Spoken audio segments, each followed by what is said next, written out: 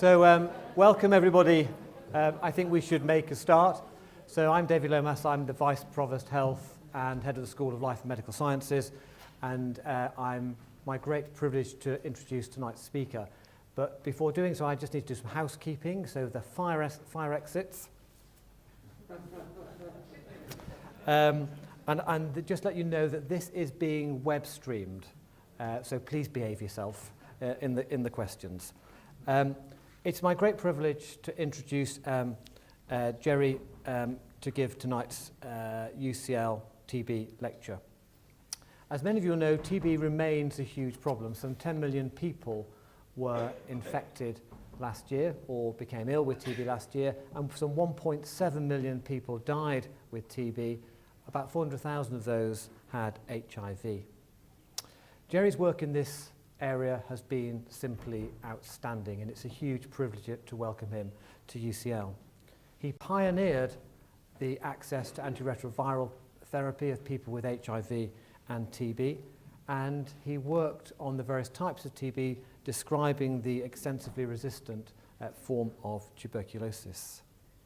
His work on HIV and TB is world-renowned, and for me, one of the real highlights is that he's a visiting professor at Nelson Mandela School in KwaZulu-Natal, and that's of real interest because UCL has the African Health Research Institute, which is based in Durban and also in Somkhele, out in the bush, and led by Dinan Pillay, formerly a professor of infectious diseases here at UCL. So Jerry, thanks very much for agreeing to give this lecture. We very much look forward to hearing from you. Thank you.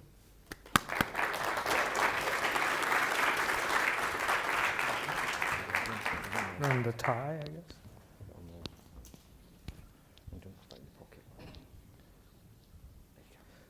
Okay, thank you. Thank you very much for that kind introduction. Good evening, everybody. I'm very, very happy to be here, very honored. It's a great privilege to be with colleagues and to be here with you and to talk about two diseases of mutual interest, HIV and tuberculosis, and how they've intersected. And this is going to be a bit of a historical talk, going back to sort of the beginning of when this all happened, which wasn't very long ago, and you'll see that in a moment. So let's begin. This is by way of personal disclosure and my own history. So giving this talk caused me to look backwards in my own life and to remind me that I actually started my clinical training at Bellevue Hospital in New York City. Now, have any of you been to Bellevue? Have you heard of it? Do you know about it? So it's a storied hospital. It was the first hospital in the US. It's the safety net hospital for New York City, with waves of immigrants over hundreds of years actually using Bellevue. And it's been the home of a wonderful tuberculosis history as well. And when I was training there was still a 300-bed tuberculosis sanitarium attached to Bellevue, and we did a lot of our early training in tuberculosis and used such drugs as PAS. You ever hear of that? Great. And it used to be said that the grass never grew outside of sanitaria because people tossed their PAS tablets out because they're intolerable and the soil was acid. And a few years later, we actually, and this will date me to some of you in the room, we actually were working with a new drug that caused your urine to turn red. You're familiar with that one? So that's rifampin. And that was actually the last TB drug that was discovered and used until actually the last 5 years. So we've lived a lot with that drug and those drugs and desperately need new ones. So Bellevue was a very special place and started me off in my interest and career in tuberculosis, which has been sort of wavy and ziggily like this. It's not a straight line, and those of you young in your career, don't expect that your trajectory is going to be a straight line, or don't hope for that. It'll be much more interesting and challenging and fun if, in fact, you take opportunities when they arise that are not necessarily predictable or unexpected, and sort of run with them. Now, that's sort of been the history of my career, and you'll see that along the way. So what I'm going to do is sort of explain, in addition, how I came to this actually question, when do epidemics begin? And the second question, why do they emerge? That is working with the organism and hosts and generally populations, therapeutics, but not on a large population basis. In recent years, I've been thinking a lot about these events and new events in human history, epidemics, and how they emerge, when they emerge, what actually is necessary for a host-pathogen relationship to turn into a worldwide pandemic. So I'm going to take you through that in two sort of unusual environments, the Bronx, New York, and Tugela Ferry, South Africa, and address four questions. When do epidemics begin? Why did they begin? Why did they emerge? And I'm going to use this sort of biblical kind of metaphor of the soil, the seed, and the wind. And knowing that, can they be confronted, contained, reversed, and even ended? And conclude with something that's on all of our minds, I think, that do these questions have relevance for the political and social events of the past year and years, and how might they affect actually this particular issue of epidemics? So I'm going to start with HIV and ask the question, when do epidemics begin? Now, if you've been to a recent or past HIV lecture, you probably have seen it started with this slide. This is the sort of iconic slide which denotes the beginning of the HIV epidemic. And this was in the US MMWR, Epidemiologic Weekly Newsletter, a collection of young men who were thought to be healthy but had these diseases, pneumocystis carinii pneumonia, and also Kaposi sarcoma, associated with severe immunosuppression. And it was unusual enough so that it was reported as a sort of curiosity. So this was in June of 1981. Now, how many of you in this room were alive before June of 1981? Okay. All right. And how many of you then weren't and have lived your entire life in the era of HIV/AIDS? Okay. So you are the new generation, and we're going to expect a lot from you. Okay. So Albert Camus has been my textbook for the HIV and the TB epidemics and other epidemics, and is a metaphor for epidemics of political and social and economic importance, such as some of the things that we're going through now. And he wrote, everybody knows that pestilence have a way of recurring in the world, yet somehow we find it hard to believe in ones that crash down on our heads out of a blue sky. Well, do epidemics actually do that? So question number one, emergence, pre and post recognition HIV in New York. Okay. Now, a lot of you will not know what this is, right? This is a hand-drawn epidemiologic curve on graph paper, right? Before laptops, before iPhones, before the internet, before all the things that are indispensable now. But believe it or not, it was possible to track an epidemic with pencil and paper. And so there's a lot of things to learn from this, okay? These are the years 1978, 9, 80, 81, 82. And this is the epidemic curve. It's the entire US in white, but New York City in crosshatches, and this was the epicenter of the epidemic, and still, at least in the Western Hemisphere, the disease center. So New York City cases, domestic cases, and this is actually numeric reported cases using the case definition that was constructed. And that was about a year and a half into the still unknown entity, new event. So that report that I showed you was here. And using the case definition and going backwards, it was clear that cases had been occurring in the year and a half or probably longer before that. And so the question of when epidemics start is really more a gray one and a blurred one and more typical of how they actually start, and that is they simmer along before they explode. So that is really very important, and it means that we need surveillance systems to detect early before we get here when new events happen. And I think we've gotten much better at that, but still need to. Okay, so we don't know exactly where it started, but somewhere in here. And it's interesting to actually know how and what happened to these patients or cases, and when you go back and look, of course, they all died. So why do they emerge? Is the second question. That is, what is the right chemistry for an event like HIV/AIDS or TB or drug-resistant tuberculosis to happen? Well, these are two maps of New York City. And they're, so this is, for those of you who've been, whoops, let's see. I want to go back. Oh my. Okay.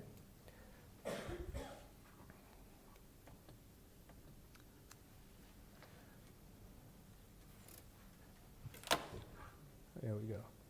So this is Manhattan, Brooklyn, Queens, and the Bronx. Same here, but these dark boxes or dark shaded areas represent about census tracts or postal zones in which 1% of the cases of then, now, by name, AIDS, had been diagnosed. And you can see they're two separate maps. And so this is the map of this new entity in people who inject drugs. And this is the map in people, men who have sex with men. And you can see that they're geographically distinct and two separate epidemics at the same time in different populations. And I think it makes the point about epidemics that they're actually quite heterogeneous, and we tend to see them as a single epidemic from 30,000 feet. But if you get down really closer, they're heterogeneous, and that becomes very important in terms of tracking, identifying cases, and also developing interventions to combat the epidemics. So this thing here is where I was, okay? This is the Bronx and the South Bronx. I'm going to tell you more about it. So here we are in the Bronx. Now, don't get worried. It's not getting too close, right? The Bronx is getting a little bit closer, and these are the AIDS cases in the Bronx, and particularly the South Bronx. So this is the geographic distribution of tuberculosis in the Bronx during this time frame. And you can see that it overlaps very, very well, right, with where the HIV patients were. And this is a case rate of, or a population-based rate of 76 per 100,000, okay? Very high by current standards in a metropolitan city, okay? And much lower in other parts of the city. So HIV and TB in the same geographic area, and you could say that in many ways, with epidemics, geography is destiny. And here is poverty. So this is the same geographic area, and you can see that the three of them match really very, very well. And at this point in time, the Bronx population, greater than 40% lived under the level of poverty. That is, they were impoverished. And in making this the poorest urban county in the entire United States.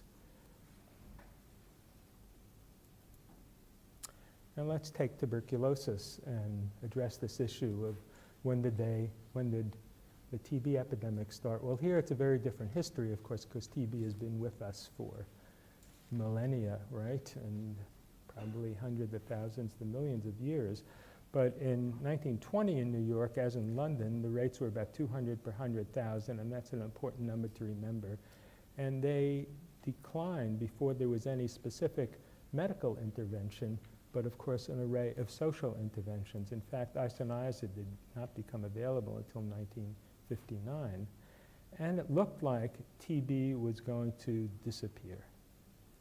And in fact, it was predicted that it would somewhere around 1990, all things being equal, but of course they weren't. So I entitled this, When Do Epidemics Reemerge? Because in the next 20 years, there were 25,000 new cases, unexpected and anticipated cases of tuberculosis in New York City, and they were the result of the appearance of HIV. So then we have to ask, why did TB reemerge, and why did HIV emerge, and sort of get to the issue of what were the underlying causes of explosive HIV and TB epidemic in the Bronx. So as I mentioned, I'm going to talk about the soil. And this is really an extraordinary story. It's a terrible story, and it's a really disastrous story of how policy and abuse of human rights and lack of concern for endangered or underrepresented politically populations can result in catastrophes of health. So in the 1960s, it was determined that the Bronx, the home of a large percentage of poor people, was going to be treated in policy by benign neglect, meaning that no resource would be made available. In fact, it was decided, the city was in a budget crisis, it was decided that there would be a planned shrinkage, meaning that essential services would be removed in a population of several hundred thousand, meaning fire protection, postal protection, transportation, police protection, and that was followed quite diabolically by an epidemic of arson. So at the same time that the fire protection was removed, there was a conflagration and the Bronx was burned. Now the reason for that was it became less expensive or more profitable for landlords to destroy their property by fire than to maintain it. So there was actually a planned destruction by fire of the Bronx at the time fire protection was removed. There was also something called the Cross Bronx Expressway. Have any of you been on the Cross Bronx Expressway? Well, if you were, you'd probably still be on it because it doesn't move. It is the most congested and was the most expensive highway to be built in the US, and it connects the George Washington Bridge, and I'll show you that. Well, that was built during that time. And what it did geographically, as you'll see, was it cut off this impoverished neighborhood from the rest of the city, so that what was already a population in which services were removed became isolated and at risk. So there was an increase in overcrowding and an epidemic of homelessness, with high rates in the population of latent tuberculosis and what I would call antique TB diagnostics. And at the same time, because TB was going away and the city had a budget crisis, a disassembling of the TB program. And also at the same time, there was a heroin epidemic. And how did that happen? Well, in part, it was the result of returning veterans from the Vietnam War who had acquired heroin habits in Vietnam and brought them back with them. And since the potency of the drug was less in the US, started to use it intravenously. So there was a connection even to the Vietnam War, and the public health policy, which was a failed policy, was to restrict needles and syringes. If you do that, drug users won't be injecting. But of course what it meant was it increased sharing. So all of this happened, and this is the soil. It's almost hard to believe, right? You couldn't make it up, but it's true. And the seed in the mid-1970s was HIV entering the population. And we know that that's approximately the time that it entered the population because there was a methadone study going on at Rockefeller University in which people who inject drugs were introduced to methadone and serum was stored. And when HIV became diagnosable, they went back and looked and found that HIV entered this population, or this soared sera from the population in the early to mid 1970s. And interestingly, the same thing in San Francisco among men who have sex with men who participated in an HIV, in a hepatitis B vaccine program. So the soil was set and the seed arrived. And the wind was yet another epidemic of cocaine use and criminalization versus public health as the response, and that is incarcerating people if they carried needles and syringes. And therefore, the shooting gallery was invented as an entrepreneurial and as a public safety kind of,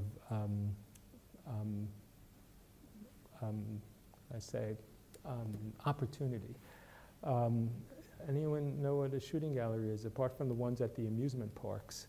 Well, yes, it's a place where people who inject drugs, right, rather than carrying needles and syringes around, go to a place. It could be a room here at UCL. It could be the back of a garage. It's more likely a burned out building in the South Bronx. And there's a proprietor who has needles and syringes laid out, and you rent one and take it and use your drugs and return it, and another person comes and rents it again and again. So there's sequential anonymous sharing of blood. You could not design a better practice for transmitting a bloodborne disease, not unlike the bathhouses in the early days of the HIV epidemic when men had sequential anonymous sex with each other. There was absence of community care because the TB program had been disassembled. There was unabated transmission of drug-resistant TB, and all of that was met by denial, stigma, and an ineffective response. And as a consequence, this epidemic took off among people who inject drugs. So this is the methadone program in the Bronx at Montefiore and Einstein where I worked. And before 1978, about 10% of individuals in the program were HIV positive. In the following decade, it rose to close to 50%. So when HIV is introduced in a population where these events are going on, it explodes. And wherever there are epidemics of people who inject drugs, if that's not addressed very early on, as it has been in some places, Australia, for example, this kind of explosive epidemic takes place. So just to make this more vivid and understandable, rather than just words, this is really what the Bronx looked like. And when you rode over it on the elevated subway line, you would see all these burned out buildings. It was an incredible catastrophe. And if this really strikes your interest, there's a book written about this called The Plague on Your Houses by Deborah and Rod Wallace. That's worth a very depressing read, I have to say, but very, very important in terms of understanding these kinds of phenomena. But the presence of HIV in the population who inject drugs created a number of opportunities to learn more about the HIV epidemic because it was a different kind of route of transmission, as I explained, and a different population.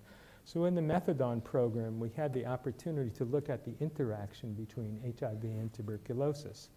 So this is a TB case rate in HIV positive and HIV negative people who are injection drug users who were PPD positive.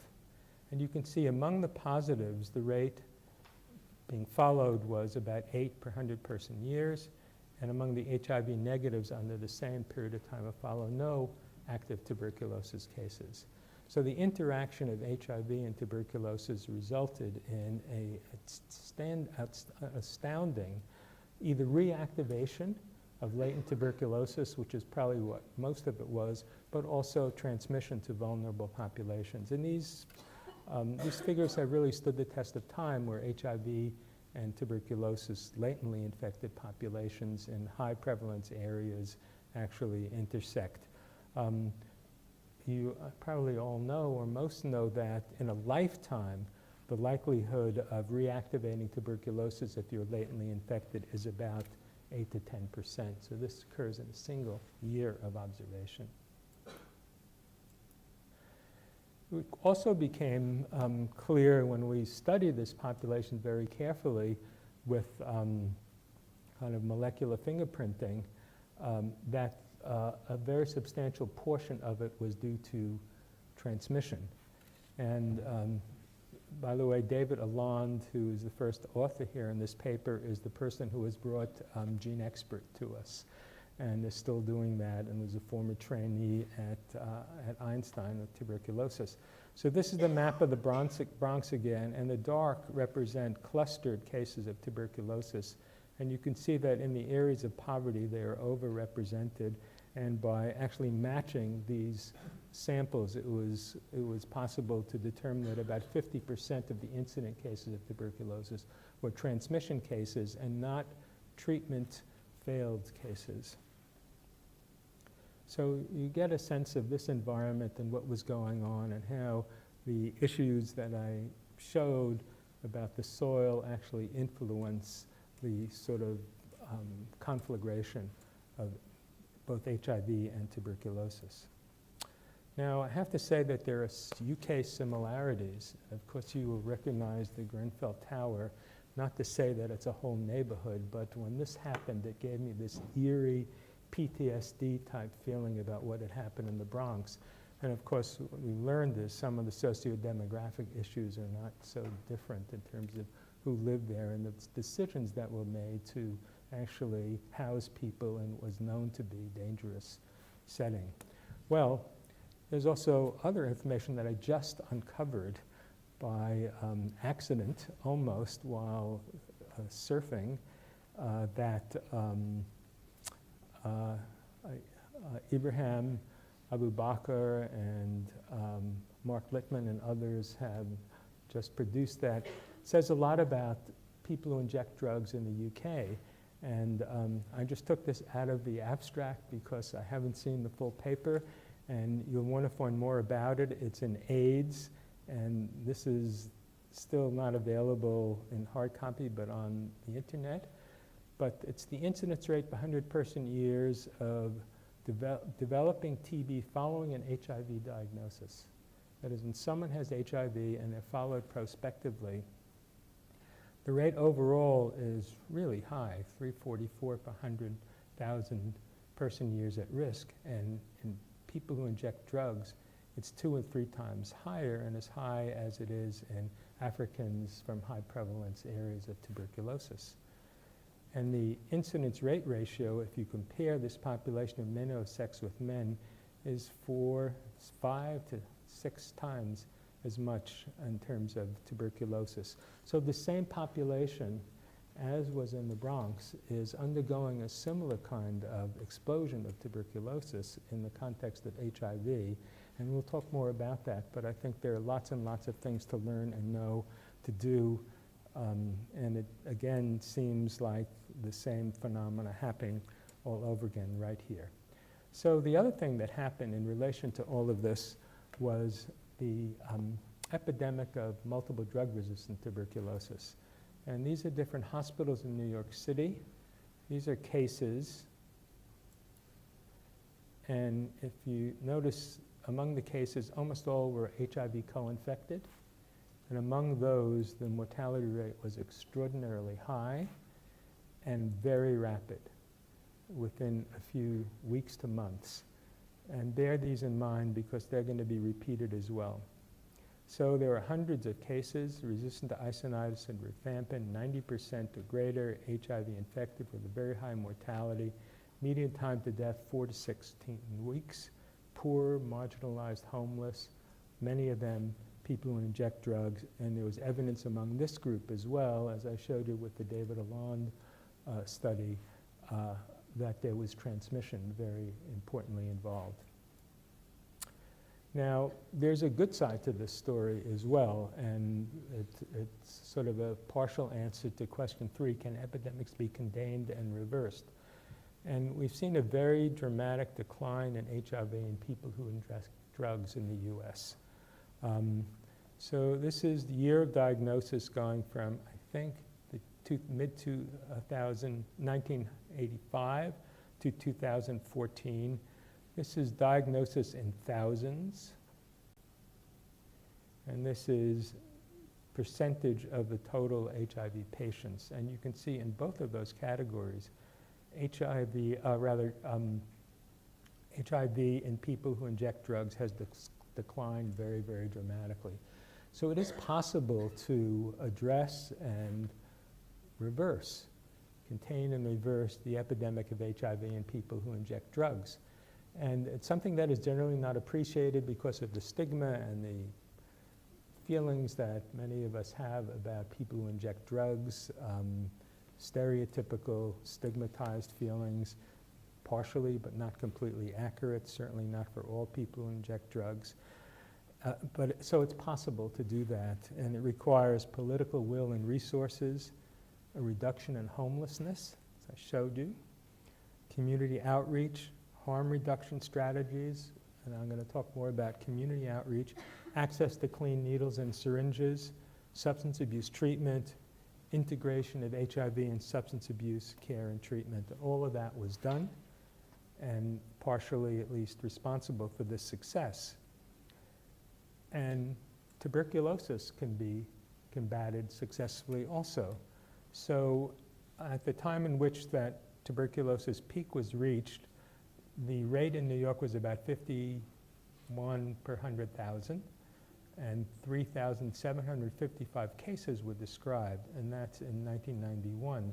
And that has fallen about 85%, this is 2015, to 565, and the rate is 6.9 per 100,000. That's still a very high rate. It's about 2 or 3 in the US as a whole, but you can see this very dramatic decline. And again, political will restored and strengthened TB program, airborne infection control, again being rediscovered, community outreach, reduced homelessness, directly observed therapy, isoniazid prophylaxis, HIV treatment, and methadone and other treatments. And all of that was undertaken, and it's estimated that the cumulative cost of that was about $1 billion. It would have been much cheaper if the TB program had not been disassembled and some of these issues of soil had been addressed earlier on, but it was contained. So I just want to put this a little bit together over time, and in terms of the US, show 2 graphs that I think are so dramatic that they're should be shown. These are the usual causes of death in young people, 25 to 44 in the US, unintentional injury, cancer, heart disease, suicide, homicide. And red, and you can see these all remain stable over this period of time. And HIV/AIDS grew dramatically, essentially in a decade, to be the leading cause of death of young men, and in 12 cities in the US, 15, I think, in young women also, because of injection drug use and sexual partners of people who inject drugs, if they weren't themselves injection drug users.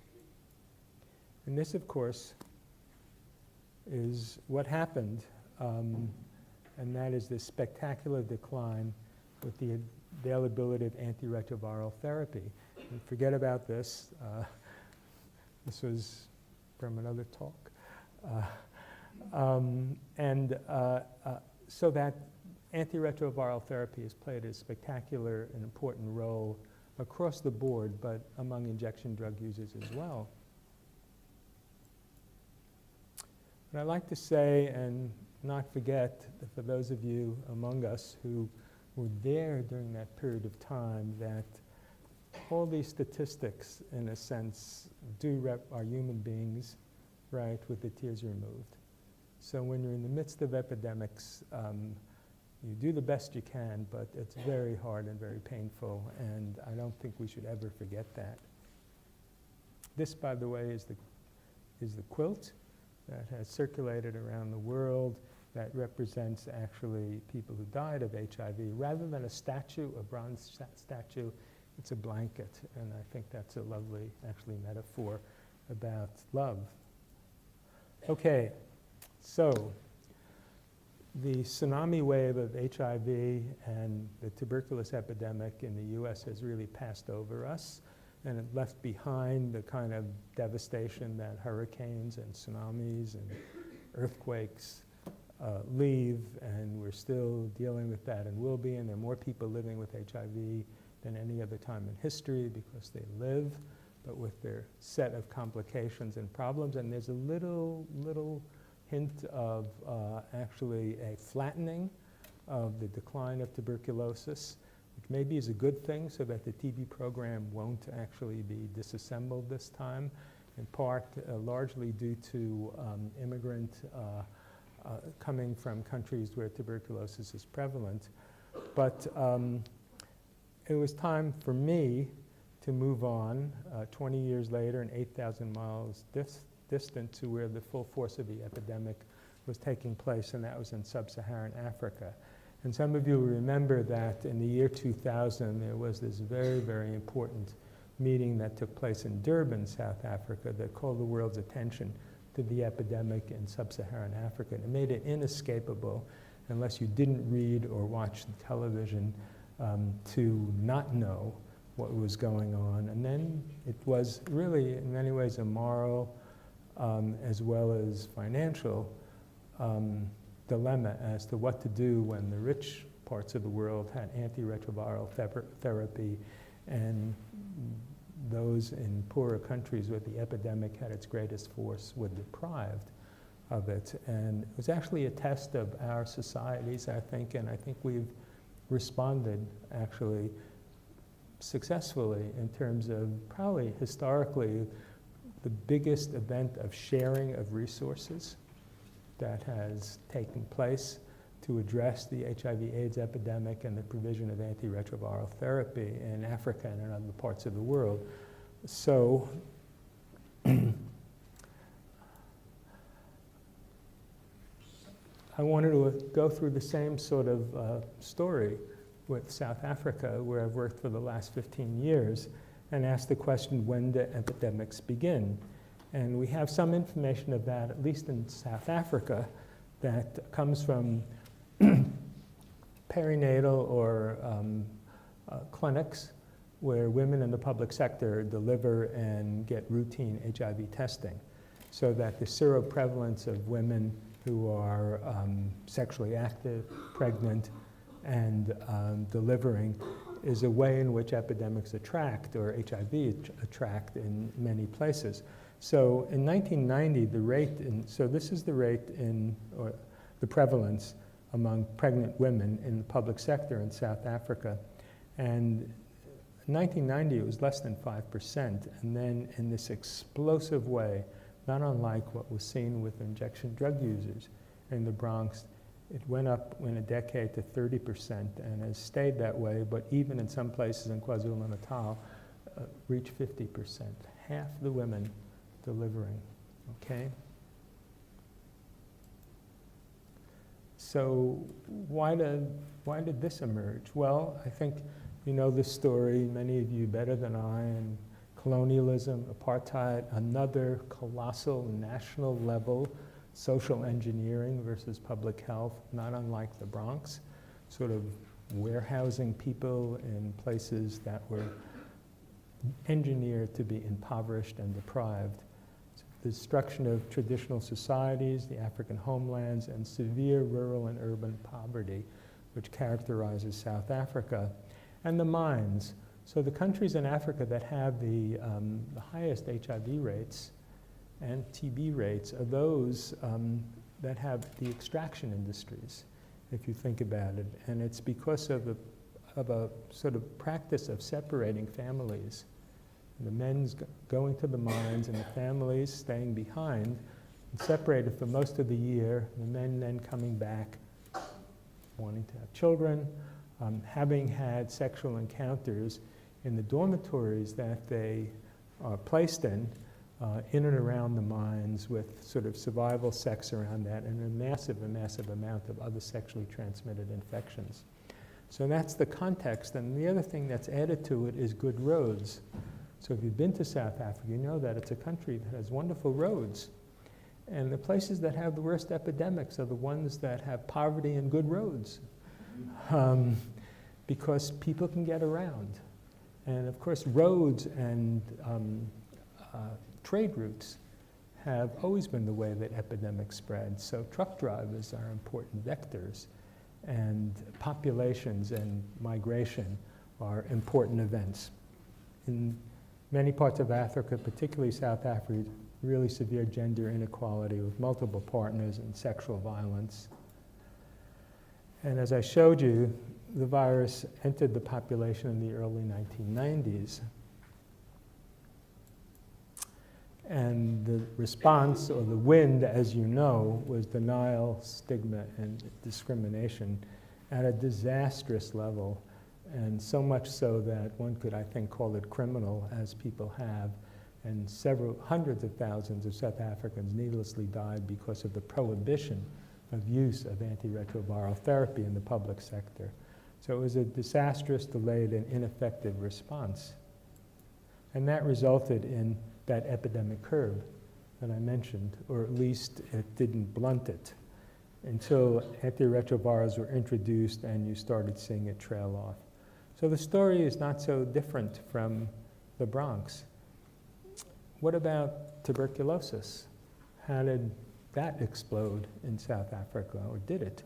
Well, here's the HIV prevalence curve that you saw, and this is the TB incidence per 100,000 population. So it started at about 200. That was the level of TB in New York City in 1920, and it's a very high level. And then when HIV appeared, it gradually took off and exploded, and now, of course, more cases of TB than new cases of HIV. And this period of time between the two is probably the time it takes for an epidemic of immunosuppression to mature to the level in which TB can really explode. So this is sort of population-based immunosuppression resulting in explosive tuberculosis. So the idea of going to South Africa, myself and South African colleagues, was to test the strategy of integrating TB and HIV, not treating them separately. First of all, treating HIV, but if you were to do it, to combine it with tuberculosis, because 80% or 90% of people with tuberculosis are HIV infected. So they're co-infected, and the idea is to treat both at the same time in a single patient, rather than treat the diseases but the patient. So we did a number of pilot projects in Durban to demonstrate feasibility and acceptability, and then this randomized controlled trial, with many of you are familiar with the SAPIT study, actually looked at outcome in a population randomized to treatment while on TB therapy or sequential treatment after TB therapy, which was the standard practice and the recommended practice. And as you can see, in this integrated treatment arm, the mortality rate per 100 person years was about 5, and in the sequential treatment arm, it was twice that amount. So there was a 56% lowering of mortality when you integrate TB and HIV. And this article and a sequel to it, and a number of studies done in Cambodia and in many different parts of the world actually came to pretty much the same conclusion, and now this is actually a standard practice, of course, that everyone with HIV infection gets screened for, and ways of preventing tuberculosis, and the recommendation is isoniazid prophylaxis, but antiretroviral therapy, and that is life-saving. Well, before that was accomplished, because that was, as you know, randomized controls take a very long time, and while waiting for those results, our work moved to a rural area in South Africa and Tugela Ferry. So Tugela Ferry, here's Durban. This is about 2.5 hours inland. It's a traditional area of Zulu-speaking people of about 100,000, 180,000. And it turned out to be, unbeknownst, when we started, to be the poorest sub-district in South Africa, not unlike the Bronx, as the poorest urban borough in the US, with very high TB and HIV rates in a district hospital, and very, very important, a colleague in Durban, Wim Sturm, who was doing second-line drug resistance testing while it was not being done in other parts of South Africa or the continent. And we did a pilot study of initiating an HIV in the TB-infected individuals called the Season-Alba study, and became the first site of rollout, actually, of the antiretroviral therapy program in the public sector as a consequence in South Africa. And it showed the same thing. That is, you could actually reduce mortality from an estimated 40% if you were co-infected with HIV and TB in a year. But we were able to reduce it to about 10% and thought that we should be able to do better than that. Now, just to go back a step and just to remind you from what I said about the mines, if you're interested in this issue, this wonderful book by Randall Packard called White Plague and Black Labor is worth reading. It's another tome about the history of policy and public health and how that influences health or destroys it. So, when we looked at the first results from the Season-Alba study, we found, looking at the causes of death, that 80% of people who died on the study, in the integrated study, had XDR TB. Now, XDR TB had only been described 6 months previously as an entity, and here in this little rural, impoverished area of South Africa, in a year afterwards, we collected 53 cases, and that was the largest cluster of XDR TB that had then been described in the world. And not unlike drug-resistant tuberculosis in New York City, all of those who were tested were HIV positive. There was a 98% mortality, 52 of 53, and it was rapid. And it became clear because 83% of those specimens that we had were all of the same TB strain called the LAM4 KZN strain, so there was nosocomial transmission going on. And the Lancet published this, saying, failure to act now to contain the threat posed by XDR TB will have devastating consequences for patients with TB, particularly those co-infected with HIV/AIDS. And this has served as a wake-up call, I think, as you've heard, for the inadequacies in TB control, in TB diagnostics, in TB therapy, and the resultant catastrophe of drug-resistant tuberculosis. So in 3 years, there were close to 700 cases of drug-resistant tuberculosis in Tugela Ferry, and the majority were XDR TB, and the mortality had fallen from 98% to 85%. But the mortality for MDR TB was 67%. And that probably represents as an underrepresentation because of survival bias, because that's looking at people in treatment who reach treatment rather than those who never actually made it to treatment. So both of these diseases came with a terrible, terrible, terrible cost for individuals. So then when did this XDR TB epidemic begin? Was it at the explosive, was it at the appearance of these guys from the US and UKZN looking for it and bumping into it, or was it there and and we just bumped into it? So we didn't discover it. I usually say that's like Columbus discovered America, right? It was there, and I think XDR TB was there, but it wasn't being paid attention to. And to prove that, this is work done by, again, Wim Sturm. So this is the years 1994 to 2006, and this is resistance to a whole array of TB drugs: isoniazid, ethambutol, streptomycin, et cetera, rifampin, thiacetazone, et cetera. And in 1994, this is a completely drug-sensitive organism. He had already isolated TB strains that are resistant to these many antiretrovirals. But the practice then, following WHO standards, was to treat empirically, right, with the available drugs, and to not do microbiologic surveillance. So over the next period of time, now going to 2001, there were these isolutes which even more drug resistance as there's amplification. And the first XDR actually appeared now. These are selected going to a reference laboratory, so it only is the tip of the iceberg in 2002. And this Tugela Ferry, which he called event because he was watching this happen, and this was just an event along the way, occurred in 2005 and 6.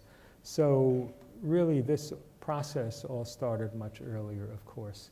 And this was not the beginning of XDR TB. This was just the time that we bumped into it. So what happened here? Well, there were no funds to do resistance testing. Okay, so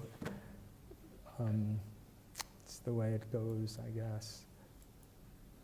So why do they occur? Why do XDR epidemics occur? Why did this one? Well, the mines I mentioned, extreme urban and rural poverty, high prevalence of MTB, weak TB control program, a centralized program.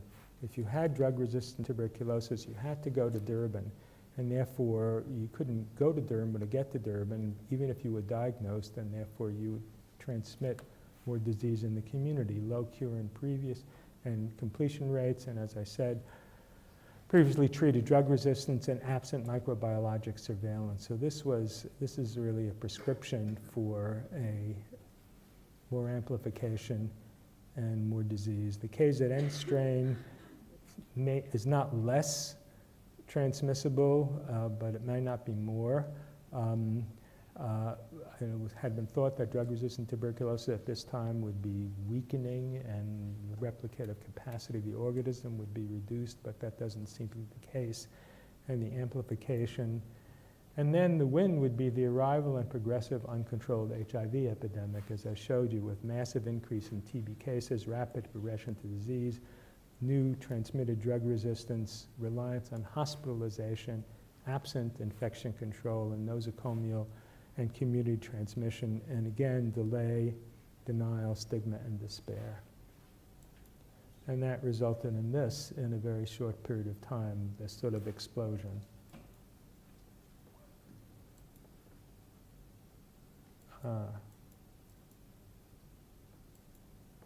Okay, so how to confront this catastrophe? Well, I think it was pretty empiric. We weren't sure, but collaborations were established with the Department of Health, which in KZN was very responsive at this point, with NGOs and US and South African partners to strengthen the TB DOTS program, provide resources for interventions, improved inpatient, outpatient, airborne infection control, integrated TB and HIV, and reduced reliance on inpatient care and focused on patient-centered community-based care, like with people who inject drugs, early case detection, linkage to care, treatment interventions for both. And I'm going to go through these, I see, quite rapidly, but airborne infection control. Well, this is the famous place where these events happened, and we decided to really study air handling in the TB wards at Church of Scotland Hospital.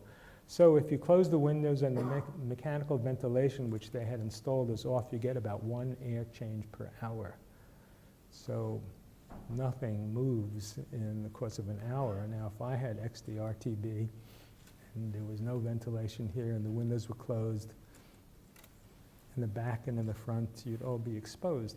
If the windows are closed, mechanical ventilation, about 15 air changes per hour, but mechanical ventilation, as you know, has to be maintained over time. But if the windows were open and mixer fans were used, we got up to 60 air changes per hour. So a simple remedy is what your mother or grandmother would say, I've got this TB problem, open the windows. And that you can do in South Africa. It might not be possible in Siberia, but that was done. And so over the course of time, a good culture of airborne infection control practice was established. This is a behavioral, social, behavioral issue, and critically important. It's not a technical medical one, but it's what you need to do.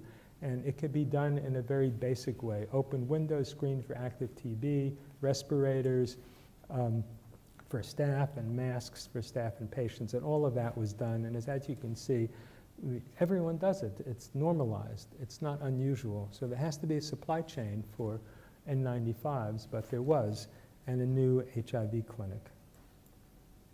So how do you monitor this? Well, we came up with a very sophisticated, very, very sophisticated technique called the open window proportion. And so here's the male and female TB wards. Now this has continued, but like all interventions, it's actually paled a bit, but this was intensely being done. So someone would quietly go into the TB ward and just stand and count the number of windows and count the number that were open and make up a proportion. And that was the open window test, and that was played back to the nursing sisters and the staff, and that was done repeatedly. And as you can see, it was pretty good. In the male ward, 80%, and in the female ward, even better than that over time. So that's a very simple thing you can do in a simple environment, and everyone got into it. And then we've done point prevalence surveys of drug-resistant TB over time on the TB wards, and this is 2005. And this is the proportion of TB in the hospital that's drug-resistant at the time, and you can see it's gone down very dramatically and remained that way over this time. So I think there's been success in doing this. Integrating TB and HIV, I could show many examples of this, but a very powerful one is the very rapid scaling up of antiretroviral therapy. And over this period of time, about 20,000 individuals were initiated on antiretroviral therapy. And I think, as you know, antiretroviral therapy reduces the likelihood of tuberculosis in people who have latent tuberculosis or even acquiring it from somewhere else. So it in and of itself is a TB control measure. And community-based prevention and treatment strategies, which include early diagnosis and linkage to care, community and home-based integrated intensive case finding, rapid point-of-care diagnosis, community-based isoniazid preventive therapy, decentralized integrated HIV care and treatment, decentralized integrated MDR TB care. As I mentioned, drug-resistant tuberculosis was only treatable in one hospital in Durban. So if you were in Tugela Ferry, 2.5 hours away, you would have to travel, and if you were being treated on discharge, you'd have to go back every month to get a medication supply. So you can see how the loss to follow-up rate would be enormously high, and treatment would be unsuccessful. And during the time in which you're waiting to be treated, you would transmit it to others. So decentralization has become very, very important. And then monitoring it in this way and by determining impact and cost effectiveness and actually looking at the number of reported cases. And I'll conclude with this. So community-based HIV intensive care, case finding in congregate settings and at home, a large number of individuals. We found about the population about 10% HIV positive with 3% active tuberculosis in the community, and 1/3 of that drug-resistant tuberculosis just by going out. So you have to go where the problem is. You can't wait for it to arrive. And this very interesting comparison, I think, which is very instructive, registered TB cases, that is through healthcare facilities, about 2/3 are HIV infected and 1/3 are HIV negative. But if you look in the community, the majority, the vast majority, right, of TB cases are HIV uninfected. And other people have pointed this out. So what's happening? Well, the HIV patients get sick, they come to the hospital, they get sort of warehoused. But in the community, most of the transmission is probably happening among people who are not HIV infected. They live longer, they're healthier for a longer period of time, their sputum has more organisms in them, and they represent probably the reservoir that is actually perpetuating the epidemic. So it's really important to go out and get them where they are, and rather, again, to wait until they come in late after transmission. So what we say is, where we need to be is here rather than here. This is King Dinizulu Hospital in Durban. It looks like a hospital. People waited for 4 to 6 weeks to get admitted, to get treatment, and they were discharged early because they had to make room for other people, so they were incompletely discharged and there was no community support, and the epidemic perpetuated itself. We go into people's homes, and now, as I'll show you, we do and treat drug-resistant tuberculosis in the community setting, and there's very little loss to follow-up and treatment success, which exceeds that in the centralized hospital. Whoops. So this is the first MDR treatment facility that was developed in South Africa, and we were fortunate enough to have this done in a hospital that had been decommissioned. It was the white hospital under apartheid, so it was quite lovely. A lot of space between the beds, lawns, and all of that. It was really, and it was up on a hill. So those of you who know the history of TB, you know, you go up to the TB sanitaria and would have that same feeling of going up, right? And so patients are in there for a short period of time, some of them not even been admitted, and then a nurse comes out and sees them at home, and if they're getting injections, do it right there on a daily basis. And families instructed, if it's twice a day, to give the second dose of medication. So by 2015, in the first 7 years, about 800 patients had been treated, all of them HIV tested, started on antiretroviral therapy. Sputum conversion rate was high. This is MDR TB in home-based care with excellent adherence, lower mortality, fewer adverse events, and significant loss to follow-up. We've been able to look at these various community interventions and model them, and I won't go through this in detail except to say that these are all community-based interventions, and as you actually use multiple interventions rather than individual ones, although each one of them has an effect, you get a synergistic increase in impact. And I think there's no real single magic bullet, but a combination of interventions is really required and effective. So what has happened to drug-resistant tuberculosis in Tugela Ferry? Well, here's 2005 to 2015. And we go a little further, but this is as far as we go here. And these are notifications. So this is XDR TB. And it does it itself. Okay, and it's been sustained. So there were more than 100 cases a year, and it's down to less than 10, and it stayed that way. And this is MDR TB. And this is total drug-resistant tuberculosis. And again, this has been sustained. And it's about a 95% decrease in XDR TB and a 50% decrease in MDR TB. But they haven't gone away. Because remember, the HIV-negative individuals in the community who have both drug-resistant and drug-susceptible tuberculosis have disseminated that widely to the population. So there is these organisms in the community, both drug-resistant and drug-susceptible tuberculosis, that will periodically emerge. So we haven't eliminated it, but what we've done, I think, is reduce this catastrophe, public health catastrophe, down to a manageable level. So lessons from the Bronx and Tugela Ferry. Epidemics, HIV and TB, are not sudden, and they're not unexplainable. And I hope I've convinced you of that. The soil, the seed, and the wind is of central importance. Social, political determinants enwrapped in human rights is critical to addressing or to understanding what happens and also to addressing how to correct them, even in resource-limited settings, the Bronx and Tugela Ferry, South Africa. Epidemics can get confronted and reversed.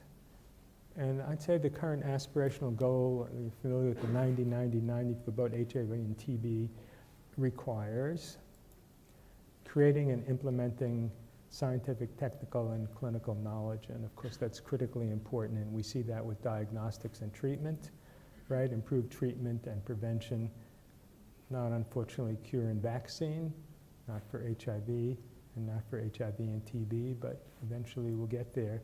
Creating a favorable TB and HIV trajectory, which is what has happened in the last decades, I think. There's a lot of energy and tremendous, tremendous opportunities into the future with TB and HIV. As I mentioned, doing diagnostics. So now is the time for stepping up pace, but there is great concern that will be a loss of interest and loss of resources. And this is something that we all have to appreciate and combat. But I would say that all of that is critically important, but will not be fully effective unless we also combat and reverse human rights abuses, poverty, social and health inequity, stigma, and political and economic forces, which I think, as I showed you, are at the root of these epidemics. Oh. Okay, so question 4, did the political and societal events of the past year have relevance for these? So we're always worried about resources and political will being in jeopardy, and I come from a dystonic place right now where the fear is really enormous, and I think this is jeopardizing all that's been accomplished and what we might do in the future. So I sort of have the sense a little bit of the early days of these epidemics of denial, some despair and anxiety and fear for the future. And I don't want to end on that basis, but only to say that I think you share it and we recognize it, and we have to combat it ourselves and resist it. And to remind you what I started with Albert Camus, what he concludes at the end of La Peste, or the plague, is actually, in spite of the Trumps of the world, what we learn in times of pestilence is that there are more things to admire in men and women than despise. Thank you very much.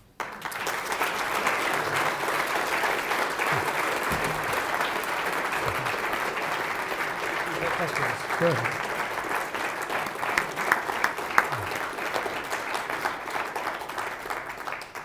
So, Jerry, thank you. That was truly wonderful. Wonderful lecture. Thank you very much. There's time for just a couple of questions. Yeah.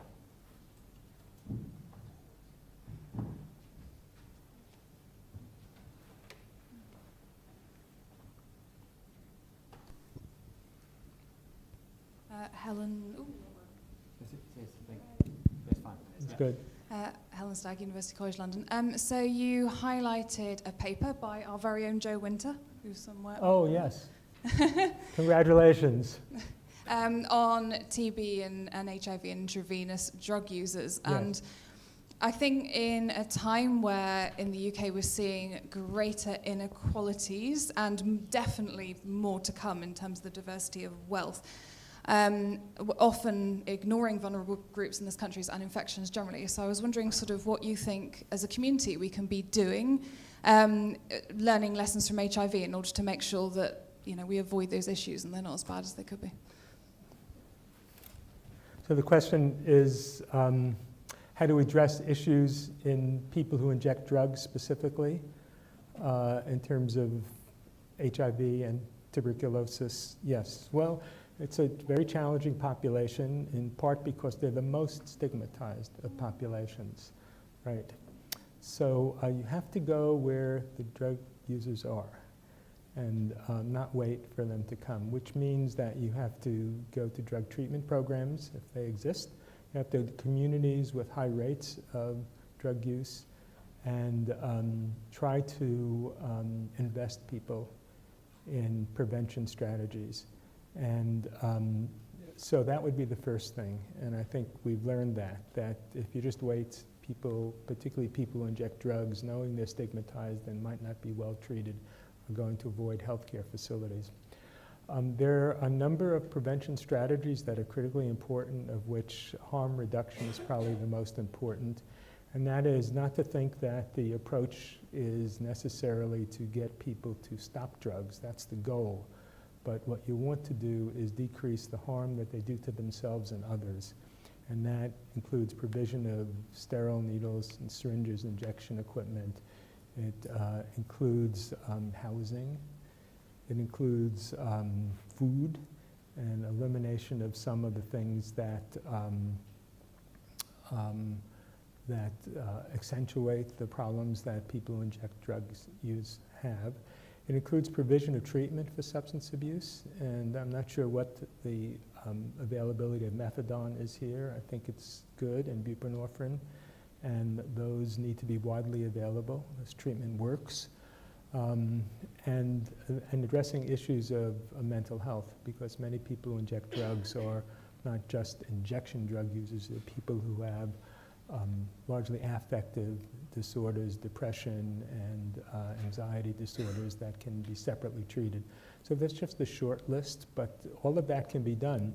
The other thing that's very important that I would advocate for, that we learned in the Bronx and that you heard because of the high rate of development of active tuberculosis, if you have latent TB infection and HIV, is when you identify people who have HIV, isoniazid preventive therapy, I think, is very, very important, as well as antiretroviral therapy. And there's evidence to support that in both the injection drug use population, but also in Africa from the Timprano study and others. So all of that can be done. You need programs to do that and resources and a willing group of individuals who want to work with this population. And they're around. And if you provide creative programs and resources, it can be done. Okay, we'll just have one final question, if I may. Okay, no pressure. Good. Yes, I'm funny. Thank you for a wonderful story also about the line from the Bronx to Tugela Ferry. And something in the beginning you mentioned, there's different epidemics, there's heterogeneity. You zoom in, you see different epidemics, and you saw a very beautiful decline of TB again in the high poverty area in the Bronx, and was fueled by drug use. But then in Tugela Ferry, there was a beautiful decline of XDR TB because of infection control. But I'm just thinking about the heterogeneity again. Like, if we should we expect a decline in MDR, a similar decline in MDR across South Africa if we're going to do infection control? Or is it very specific to this particular outbreak where there was a clear evidence for the driver, the nosocomial transmission was the driver? And if the soil is different, should the approach be the same, to stay in your parlance? Your thought? Well, I think, as we say with HIV, you have to know your epidemic. And it's not a single epidemic, so you have to know what it feels like and what it looks like, and then you can figure out what the most appropriate strategies are. But it must be some combination. So yes, I would agree. You can alter them differently for different environments depending upon what's available in terms of resources, and also what the Tugela Ferry, what the terrain is, what men, women, where the men are, where the women are going to be different than what they might be in the Bronx. So I wouldn't say one size fits all at all, but I would say that this is the wardrobe. Okay. We're going to have to stop there. Can I just say a few thank yous, if I may? First of all, to Patrick and Matt. I think you're in the box doing streaming of the video, so thank you very much. Thanks to Margaret and Coyle, who ran the microphones. Thanks to Oxford Immunotech, who sponsored this evening's meeting. And there's an opportunity to meet Jerry, ask all those questions that I didn't allow you to ask across in the South Voices. I went over. South Voices, where there will be wine, cheese, nibbles, crispy. The list is endless. And finally, can we just join me in thanking Jerry for a great lecture? Thank you very much. Good, thank you.